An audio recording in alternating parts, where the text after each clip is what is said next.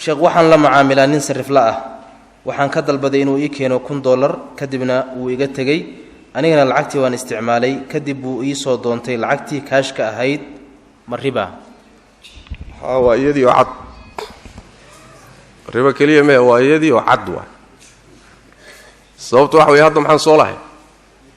Soomaynaan ka soo hadlay lacag $1 aad ka qaadatay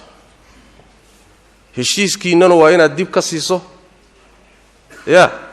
inaad shilin dib ka siiso waa soo saas ma meeshii baad ku kala tagteen $1kii waad qaadatay waad isticmaashay kadibna gadaalba wuxuu ku soo raadsaday shilinkii aad ku heshiiseen sarifka halka marka waxa ka muuqata waxa ka maqan sarifka shartigii ahaa at-taqabud fi al-majlis intaydan kala dhaqaaqin inaad kala qaadataan bay intaydan kala tagin $1ka markaad aad siisay markuu ku siiyay isaguna shilinka markaaba inuu ka gudoomo yahay oo saa ku kala baxdaan laakiin shilinkii waad ku yeelatay $1kiina waad ka qaadatay hada huwa aynu riba waa riba lafteedii waa masaa'ishan ku saabsan sarifka sidiisaba iyo dahabka dadka ka ganacsada waa meelaha ugu badan ee ribadu gasho saas darada waxay u baahan tahay fiqi khaas in loo yeesho